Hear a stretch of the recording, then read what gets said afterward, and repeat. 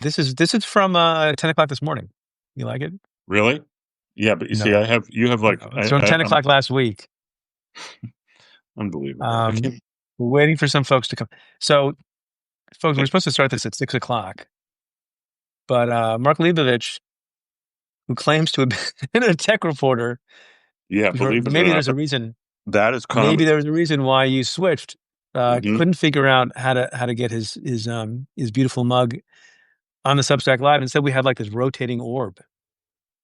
It was Um, like a bad graphic from Star Trek. I went from being a tech reporter to something really sophisticated. I started covering politics. That Yes. became my Well, tech intellectual. and politics could be a whole issue. All right. Okay. So I think we have a critical mass, and this is available later.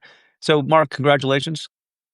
I think you Uh, joined Substack like a minute ago I joined and joined Substack. this. Yeah, I What? joined specifically for this. This Yeah. is you are my gateway drug to What? Substack. Yes. You joined this stack to be on Stay Tuned with Preet. Hmm. So there's a lot of politics. When there's a lot of law, Mark, I don't call you. You're not the guy I call. Why? And tech, I also won't call you. Oh, please But don't. politics, you're my first call. And we had a First, lot of stuff really? going on. Yeah, who else would it be? That's that's fantastic because you believe there Don't are don't plenty of don't political. tell David Axelrod. Don't no don't. He's a No, different guy. He's a politics guy. you're my. He's not the guy. Although he's a colleague of mine at Fox Media, I love him. But I Okay. call you. I call you, Mark, and here you are answering the call figuratively and literally. So big picture, and then we'll get to some of the individual races that people have been following. Hmm. Everywhere I look, including on Morning Joe, 6 a.m., the morning after, Dems win big. Dems win big. Dems outpaced expectations in a lot of places, including, in particular, my uh, childhood state, my home state, I guess my home state of New Jersey, the Garden State. How big a victory was this for Dems? Are people overstating it? Should people like celebrate? Should people not get over their skis? How do you assess the Democratic Party's strength after Tuesday? I would say I would answer that a couple of ways. One, I think typically people do overemphasize the New Jersey, Virginia, New York triplicate, which is the big off year It's the election. off year, yeah, Right. And yeah, I mean, if you look at what happened 4 years ago, Glenn Youngkin, the Republican, won in Virginia. Phil Murphy, the incumbent in New Jersey, a Democrat, barely won, seriously underperformed. And in New York, the new future of the Democratic Party, the tough on crime Eric Adams, was ascendant. And first of all, it was predictive of nothing vis-a-vis the midterms because Democrats surprised everyone and actually did well in the 2022 midterms. So yeah. grain of salt on that. However, I think what's Wait, so are you? So you're being literally a party pooper, Democratic no, I'm Party not. pooper? This was if you think about if you rewind the tape, that was on the one hand, but then there's the other Oh, hand. the So you other got to wait. You right. got to It's wait. like No, basically, this was a huge. First of all, the margins of victory and the levels of overperformance in polls for Sherrill and Spanberger specifically, but also in California, a lot of right. the, That's New the Jersey and Virginia, right? right, but also in California and also in some of the state the delegate races, judge races. Yeah. Um, I mean, they were But huge can across the. I ask a question? Yeah, I'm interrupting. Some people don't like it, but I consider it a sign of affection, particularly with a yeah, good friend like you. yeah, yeah, Um, what does it mean to overperform? Like, so for example, if your baseline polls suck yeah. and you do better than the expectation that was set by the poll, why should anybody be happy about that? Do you know what I mean? Yeah, I mean, the baseline polls in this case were predicting narrow or narrow-ish victories for Sherrill and Spanberger. So, and they both like won Yeah. by double digits. So, yeah, I mean, there were overperformance. I mean, yes, your point is well taken, which is that Yeah. you're basically creating kind of a bogus baseline or kind of a random baseline, and then Right. you're But but reacting. but the overperformance, but if overperformance is rather the metric by which you're assessing how much better they did in certain districts against a local Republican Hmm. when Trump is not on the ticket, then there's a lot of evidence there was overperformance. Correct? Yes, because especially since it happened in multiple states and multiple Yeah. jurisdictions. If this were like just Yeah. Virginia or just New Jersey, you could say there was something specific going on in Yeah. those jurisdictions. I mean, there's a fair amount. Now, New York is a whole different category, which we can talk about. But Yeah, I love it.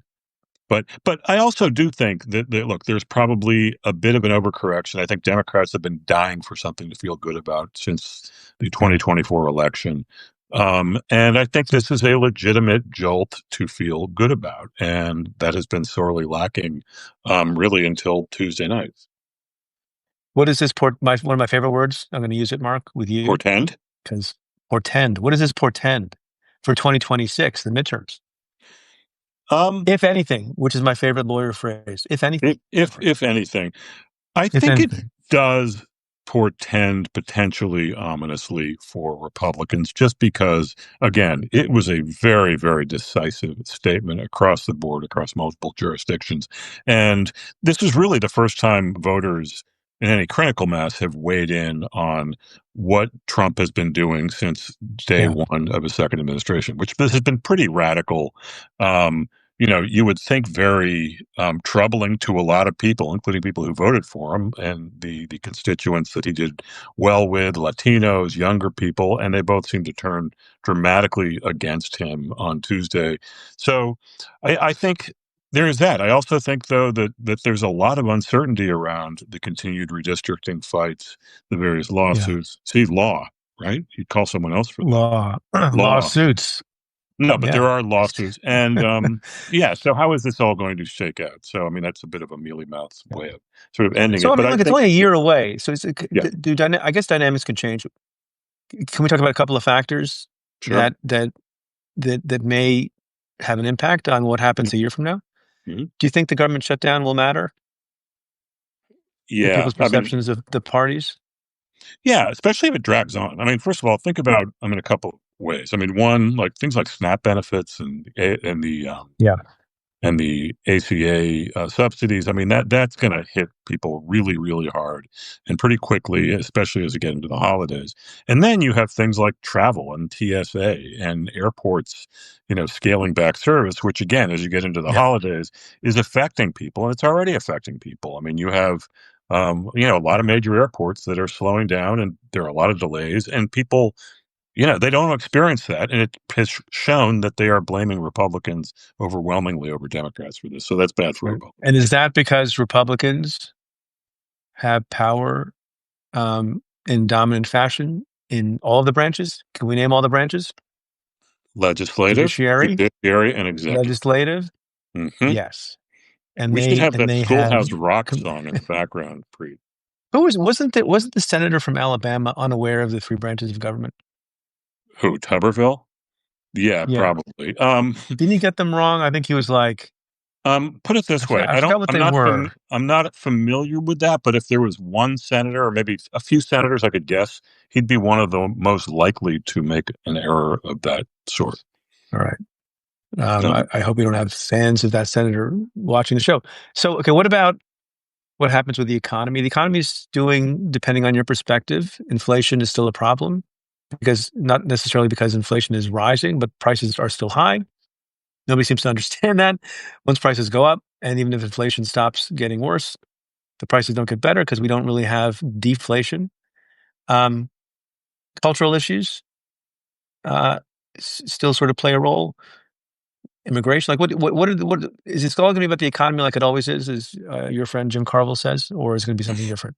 I mean, it's a big factor here, right? And it does seem like, look, I mean, affordability, that's the new buzzword, right? Affordability, Okay, are you You can't. You're running for mayor of the city of New York, now Mark. there's a Affordability, newly the term. elected one. I'm late on this. Can you imagine Yes, if I got we're in? going to talk about that gentleman in a moment. Right. No, I mean, So so affordability, okay, affordability and prices aren't coming down. And look, first of all, the tariff situation is a mess. Trump obviously believes strongly in it. I imagine that a good portion of the Republican elected officials in Washington are rooting for the Supreme Court to rescue them and rescue Trump from himself yeah, by overturning this. But then you're going to have all kinds of right, chaos. But you also see right, all kinds of signs of impending job loss around AI. I mean, a lot of companies are doing all kinds of stuff that could be, there could be a confluence of really bad economic news coming up in the next few months. So there's that. I mean, but we don't know. it's interesting about immigration. I mean, I think Trump, was a very strong issue for him last year. I think it was probably one or two issues he was most elected on. He has secured the border, it is generally believed. But I think what's really hurting Yeah. him now are the images of these very aggressive ICE and border patrol Yeah. raids and so forth. That is extremely unpopular. And again, it's kind of this insidious thing that just keeps happening virally, and that I've lost Mark Leibovich. you froze. I froze. You froze. Oh, did I freeze? I thought you froze. I think the system. I think the system. System froze. Oh my God. System. You The know what? system froze. Voters are frustrated. They're just angry at the It's the whole deep system. state. It's the deep state System is freezing the rigged, phones. Preet. Um, all right. So it sounds like what you're saying is we really don't know what's going to Yeah. happen. But the other dynamic is that typically, you would know this as a political historian of great repute, although new to Substack. You move in the more fancy, erudite environs of those fancy magazines. Um, is it typically the case, or almost exclusively the case, that the party in power loses seats in the House in the midterms? Historically, that has been the case. Yeah, It didn't didn't really happen with happen. Biden. Didn't happen with Biden. Yeah, Biden's a Yeah, weird. I don't quite know. I yeah, mean, part of it is Republicans, especially in the Senate. They had some really terrible candidates that were very. Trump personally yeah, really wanted Herschel Walker to run in Georgia, for instance. So there yeah. was a bunch of I don't that. think he knows I don't think he knew the three branches either. Yeah, see, he never got to the Senate to prove himself. I Right, mean, right. He would have learned. He would have learned about one branch. I'm guessing if that were the one problem he had, he would maybe have been elected. But he had other things to worry about in Georgia. All right. So the Democrats only need a few seats. Are they going to do it? Can you put some odds on this a year out, Yeah, Mark? yeah. I mean, I think they got a really good shot. It looks like in the House because you're right. It's like a handful of seats. I mean, the Senate. Full seats. I mean, the Senate. They need 4 seats to get a majority, right? That's tough, right? Is that tough? It's tough, definitely tough. I mean, North Carolina is a pretty strong possibility for them because Roy Cooper, the incumbent governor, is running against. I guess it's an open seat because Tom Tillis is retiring. In Maine, Susan Collins looks like she's running again. She's been reelected forever, and fascinating race to replace her. I mean, the Democratic primary looks like it's shaping up to be this really interesting battle between the incumbent governor, 77-year-old Janet Mills, and this Yeah. insurgent oyster farmer named Graham Plattner, and we'll see what happens there. But there are some other states like possibly Ohio. Sherrod Brown, who was a former senator, very popular for a while, is running. So yeah, I mean that'll be a Yeah. tougher road, but There, I think the House definitely looks like a good. are there any Democratic? Then we'll get to these races from Tuesday. Are there any Democratic stars that you? There are a couple from Texas Yeah, seem very promising. yeah. I mean, there's What do you think about these guys? And competing in Texas, not always easy, depending on where well, you are. yeah. So I think who you're talking about is James Tallarico, who is the state. James Tallarico talks about God and religion Yeah, and he's like a church as a Democrats have found it. natural. Right. They Yeah, found a seminary part time seminarian who's 36 years old. That Democrats have found a guy who can talk Jesus to Democrats in Texas. right. Um, But he's are you very scornful? Were you saying that scornfully, Mark, or were no, you not saying really. I mean, look, okay? he's very compelling. He's very talented. I do think he's said a lot of stuff over the years. And, Democrats or Republicans in Texas in particular are very good about turning these kinds of races into culture war Yeah, battles and especially over things like same-sex marriage and trans rights and so forth. So Tallarico had a statement a few years ago where I think he said that Jesus was non-binary or God was non-binary or something. And there was a broader context. I think he was being deliberately provocative in a speech or something, but you can imagine the kind of thing that might be problematic, as Democrats say, in a state like Texas. But then, look, if a guy like Plattner somehow wins in Maine, he's a longer discussion. But I mean, I think any of these guys, Tallarico, Plattner, who sort of come out of nowhere and win states that have been Yeah. these big white whales for Democrats for many, many cycles, they instantly become national stars and very closely watched Well, figures. I don't think. he did like, the requisite 72 hours on Rogan, Tallarico did, Yeah, he did. He and did, and acquitted I think himself very well. he acquitted Meanwhile, a himself lot of very well. Democrats don't go. They don't know how Demo- to go. I think they should. Okay. So New York City has a new mayor-elect, Hmm. Zohran Mamdani. Do you need some help with the pronunciation, Mark? No, I think I'm all Do right. you? It's not that hard. So there's a couple of mnemonic devices. They're very stupid. Yeah. But if anybody's listening, it's not just Cuomo. By the way, I have something to say about Andrew in a moment. Mm. But he's not the only one who I think maybe possibly did it deliberately. But I think people of good faith mispronounce names they don't know Hmm. very well. You just think mom, right? You got your dad, you got your mom. Mom, Hmm. Hmm. Donnie Osmond, or some Donnie that you know. All right. Mom, Mom Donnie, right? Who There's was another for another famous? lawyers. Who was another famous Donnie besides Osmond? So Osmond, I don't know if he's famous to the young people, but Donnie Donnie Osmond was a Deutsch. big. He's on Morning Because Joe. Donnie Deutsch, yes. In a certain world, Donnie he's Deutsch was someone. not expecting to be name checked Yeah. alongside Donnie Osmond. Hmm. Donnie Trump, nobody calls him Donnie, so it doesn't. He actually, I asked him once Yeah. if anyone called him Donnie. He said some people did. I don't So know if it was Mom Donnie. relative or what. So Mom Donnie. Okay. If you are a practicing lawyer and you remember certain constitutional law cases Hmm. As you relating do. to relating to to certain matters of custody. Hmm. There's a very significant case called Hamdani, Hmm. and people get the M people get the M and an N, Hamdani, except it's Mamdani. Preet, I'm going So to I'm tell you giving people something. two different ways to get the name right. I'm going to go with the Osmond model myself. You're not going to go with the I'm you're Donnie going to model. go with Hamdani. No. Okay, so Mamdani comes out of nowhere. Although now I hear people, as is always the case, say, like, I knew that guy was talented a couple of years ago because he was at a thing and I saw him do a thing. I'm like, oh, that guy's got a lot of talent. But he kind of came out of nowhere. How is he? So A, how did he get to where he got? For people who are not living in the most important city in the world, outside of New York City, and then part two is how's he going to govern? Well, first of all, and I'm coming to you from the borough of Washington D.C., so Yeah, I'm an authority here. No, yeah, look, Mamdani is extremely talented. He was also extremely disciplined in focusing on the message of affordability. Affordability. He worked really, really, really hard. And yeah. look, I mean, there is He a went to all the places. He knocked on all the doors. Yeah, yes, and there is a serious democratic socialist bent to a whole lot of voters in New York at this point, mostly young voters.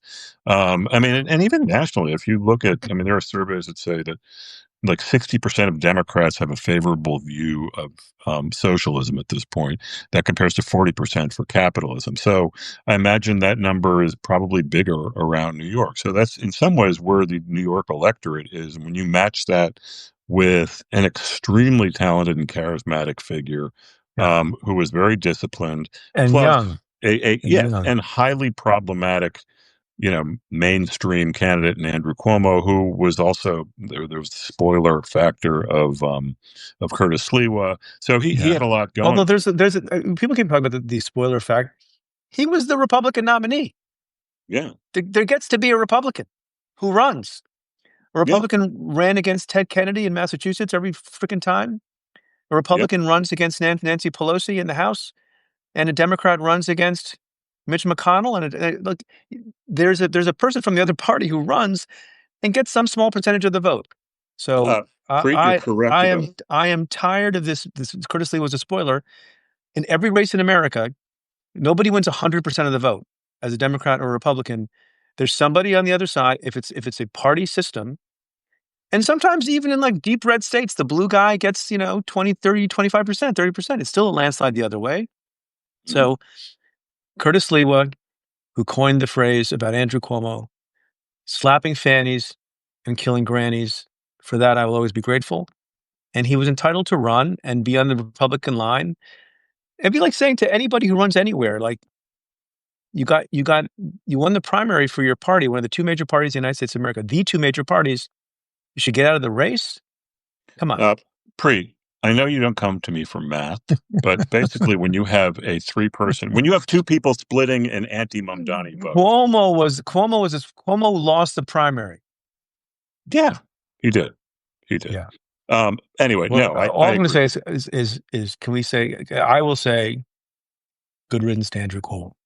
Okay. Whatever people think of other folks, Yeah. good riddance to him. Yeah. Um, so so we talked about how he got to where he got. We're going to talk about what he's going to do and what it's going to mean for Democrats around the country. But there's another moment in time in between the election and the transition period in the governing, and that's election night. And I haven't had a chance to read the analysis and hear what other people are saying, so this is actually truly my own reaction. Mhm.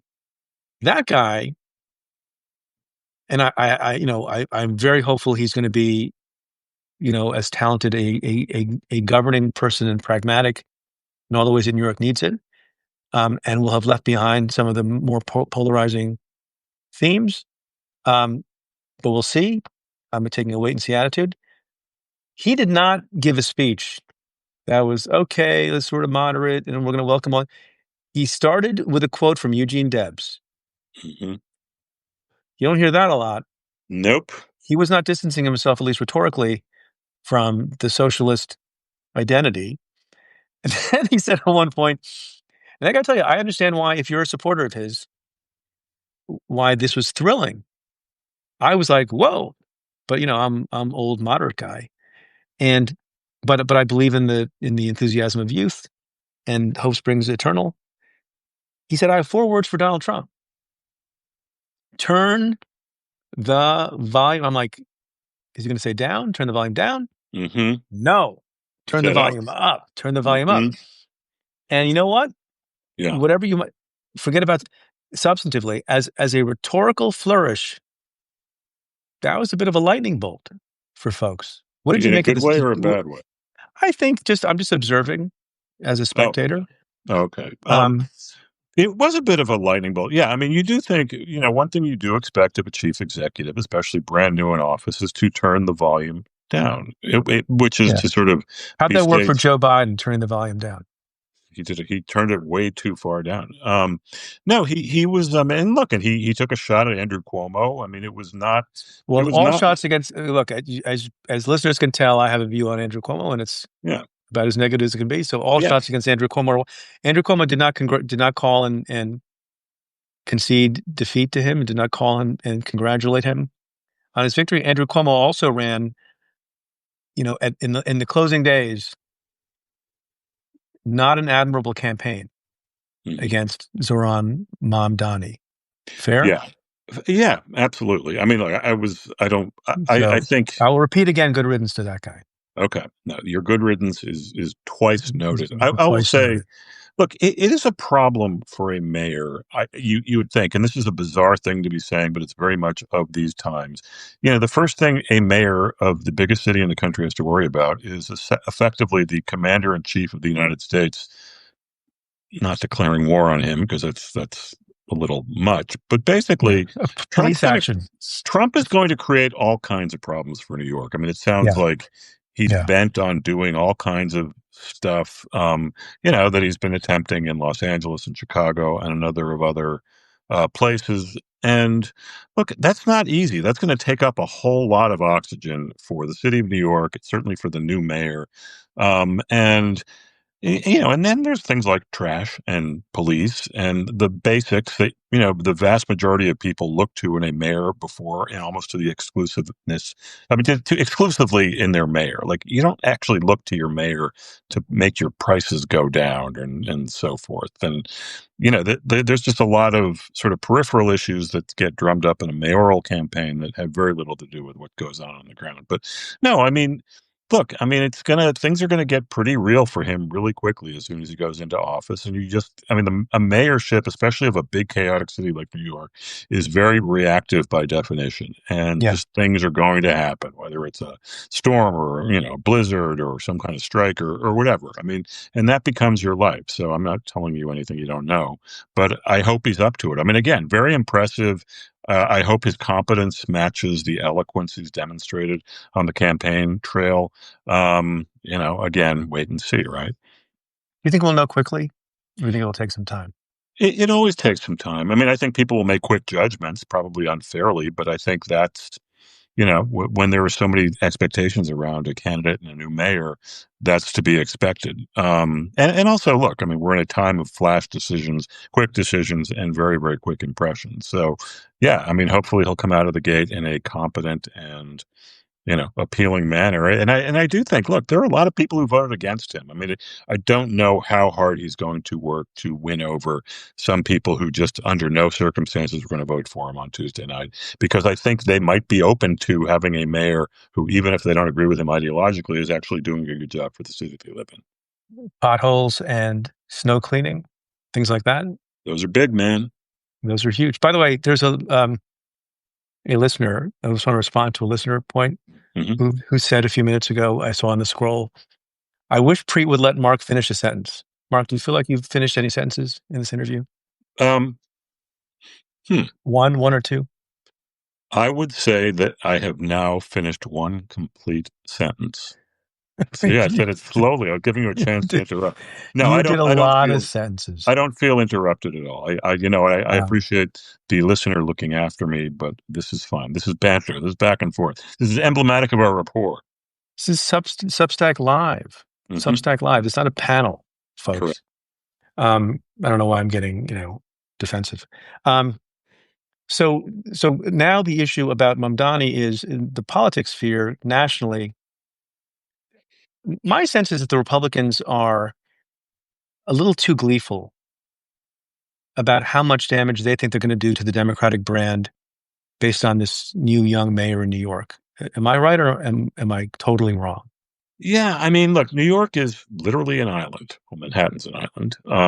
I mean, it is a self-contained universe, and look, mayors of New York have very outsized sense of their own selves. They often run for president. Remember, Eric Adams was talking about running for president, within a year of getting elected. De Blasio actually ran for president, I guess, in what, 2020. I Uh, forgot that. yeah, Bloomberg ran for president. Giuliani ran for president. I mean, like, yeah, John Lindsay ran for president in the 60s or 70s, whatever it was. I mean, so there's no shortage of the sort of solipsistic New York worldview, but I think that goes in both directions. I mean, I think AOC, I mean, there's this immediate, debate. It's like, oh, is the future of the Democratic Party the centrist Spanberger, Sherrill wing, or the Democratic Socialist wing, as embodied by Mamdani? I think someone asked AOC about this, and the answer, which is kind of obvious, is both. It sort of depends where you're running. The real challenge will be, can you find a national candidate for 2028 who can bridge every gap and whose personality can transcend what is obviously a big ideological sort of birth between these two ends of the party that are going to be at work certainly in certain parts of the country. I think I read somewhere, and I don't know if this is true for the entire history of New York, but that no mayor has ever gone on to any other big job. And if you Hmm. think back in sort of the last 30 or 40 years, which is, how far, we're 50 years where my memory goes, Hmm. that is certainly, you mentioned a number of them yourself. Yeah. Um, so this idea that the New York mayoral job is a stepping stone to something has not been borne out. Maybe it's different if you begin at that stop at the ripe age of 34. I don't know. Yeah. Um, we got to get going because it's very easy to talk to you for a long time. Um, I just want to ask you one more thing because the news broke this afternoon that Mhm. Speaker Emeritus or Emerita Nancy Pelosi is retiring. Do you care to Yeah. say anything about the reign of Nancy Pelosi? I mean, very effective back in the Yeah, day. I mean, it feels like, I mean, it was different times. I mean, Trump won. My God, what an ideological garden.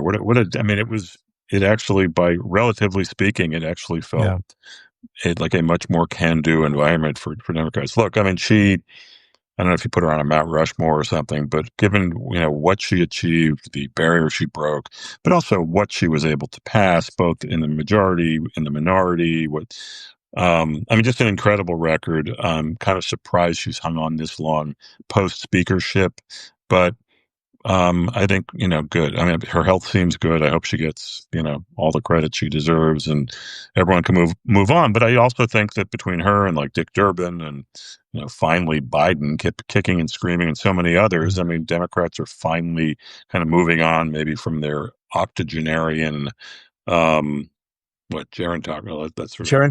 You Gerontocracy. know, Yeah, I think exactly. yeah, Yeah, a gerontocracy. lot of these old leaders seem to be moving on, which I think is long past due. But yeah, I mean, she's a giant. There are a few figures in Democratic recent history that have been more consequential, and yeah. So I mean, she'll certainly be missed. So the young voter, I'm sorry, the young um, politician trying to get elected, not a lot of experience. The gerontocracy, the old folks. I'm a big fan of the middle-aged candidate. Me too, man. Yeah, They don't get enough kudos. The middle-aged. I don't know don't. what middle-aged is anymore, but I'm pro. I'm So pro wait, so middle-aged. what numbers would you put at what would you say middle age is? Um, Give me some so numbers. so so as an actuarial matter, Hmm. I guess you could sort of figure it out, right? If the average lifespan is like 80, um, first 20, so then you divide by if you divide by three, I don't know. How would you do that? God, Would you say like, what a you're terrible like answer. I was looking for young one. middle? I was looking for a numeric range, Preet. I think middle age is What is Preet? 57. 57. 57 is middle age. Well, wait, give me a range. I mean, you don't, you're not middle aged I at mean, I this say that point. because I'm 57. But I I think figured. 57 is different now. I think 57 is not as, I think 50, 50 is the new 40, et cetera, et cetera. Yeah. So I'm the new 47. I think It, middle age is like 45 to 50 to 58. what would you consider 60 to be? Well, now that I'm getting there, I think 60 is quite quite young. But is it middle aged? D says 45 to 55. Okay. Well, if you're not, okay. So if you have just left middle age behind, what are you old? I'm not ready to be called old. Maybe I am. Yeah. Preet, guess how old Aren't I you my am. age? Aren't you my age? I'm close. What would you guess? I'm gonna say 55. 60. I turned 60 Oh, this year. there you go. Congratulations. I'm empty nested. My three kids are out of the house as of this year. I've turned 60. I am a You're late middle life age plus. I am a late life crisis waiting to happen.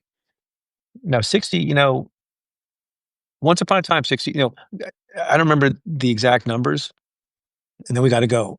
Mm, Mark, you're too fun to talk to. The Golden Girls. Remember that show? sure. About these women who were supposedly in their old age, in their Hmm. dotage. Right. And I wish I look it up after this. I think the ages of the actresses on that show, Hmm. they're like in their 40s. Oh, absolutely. Yeah. And I think, remember, okay, so sorry, Sparky Anderson, the famous manager who was like Yeah. basically prematurely gray, like in his early Yeah. 30s. There are all these pictures of him in the 70s. I always assumed he was 80 years old. He was apparently in his 30s at the time. Dick Cheney had a heart attack at like 37, the late Dick Yeah, he Cheney. had four heart And attacks. he looks 60. People just looked older back then. Here's the They did. last pop culture, Mm. and I don't remember the exact date either. But in the Lethal Weapon movies, familiar with this franchise? You see Yeah, how we've not as like well as I devolved. could We be. started talking about um, Danny Glover, right? Danny Glover Hmm. and what's his name? Braveheart, uh, Mel Gibson. Mel Gibson, and Danny Glover. And they played cops. And Danny Glover, I think it was that our listeners will correct me if I'm wrong. He was fond of saying in moments of trouble in the movie, "I am too old for this shit." And I think he was like 42. You know what? I've been saying that for a long, long time, probably He was well quite before I was young. too. quite young. On that note, Mark, Hi, you're a pleasure to talk to. You're a treat to interrupt. Preet. Um, we'll See, talk we soon. both froze. Welcome. Oh, I I froze. know. Welcome to the stack. Thanks, man. May We'll you see you again. prosper. May you prosper on it. Thanks everyone for joining us. Have some fun tonight. Thanks, Preet.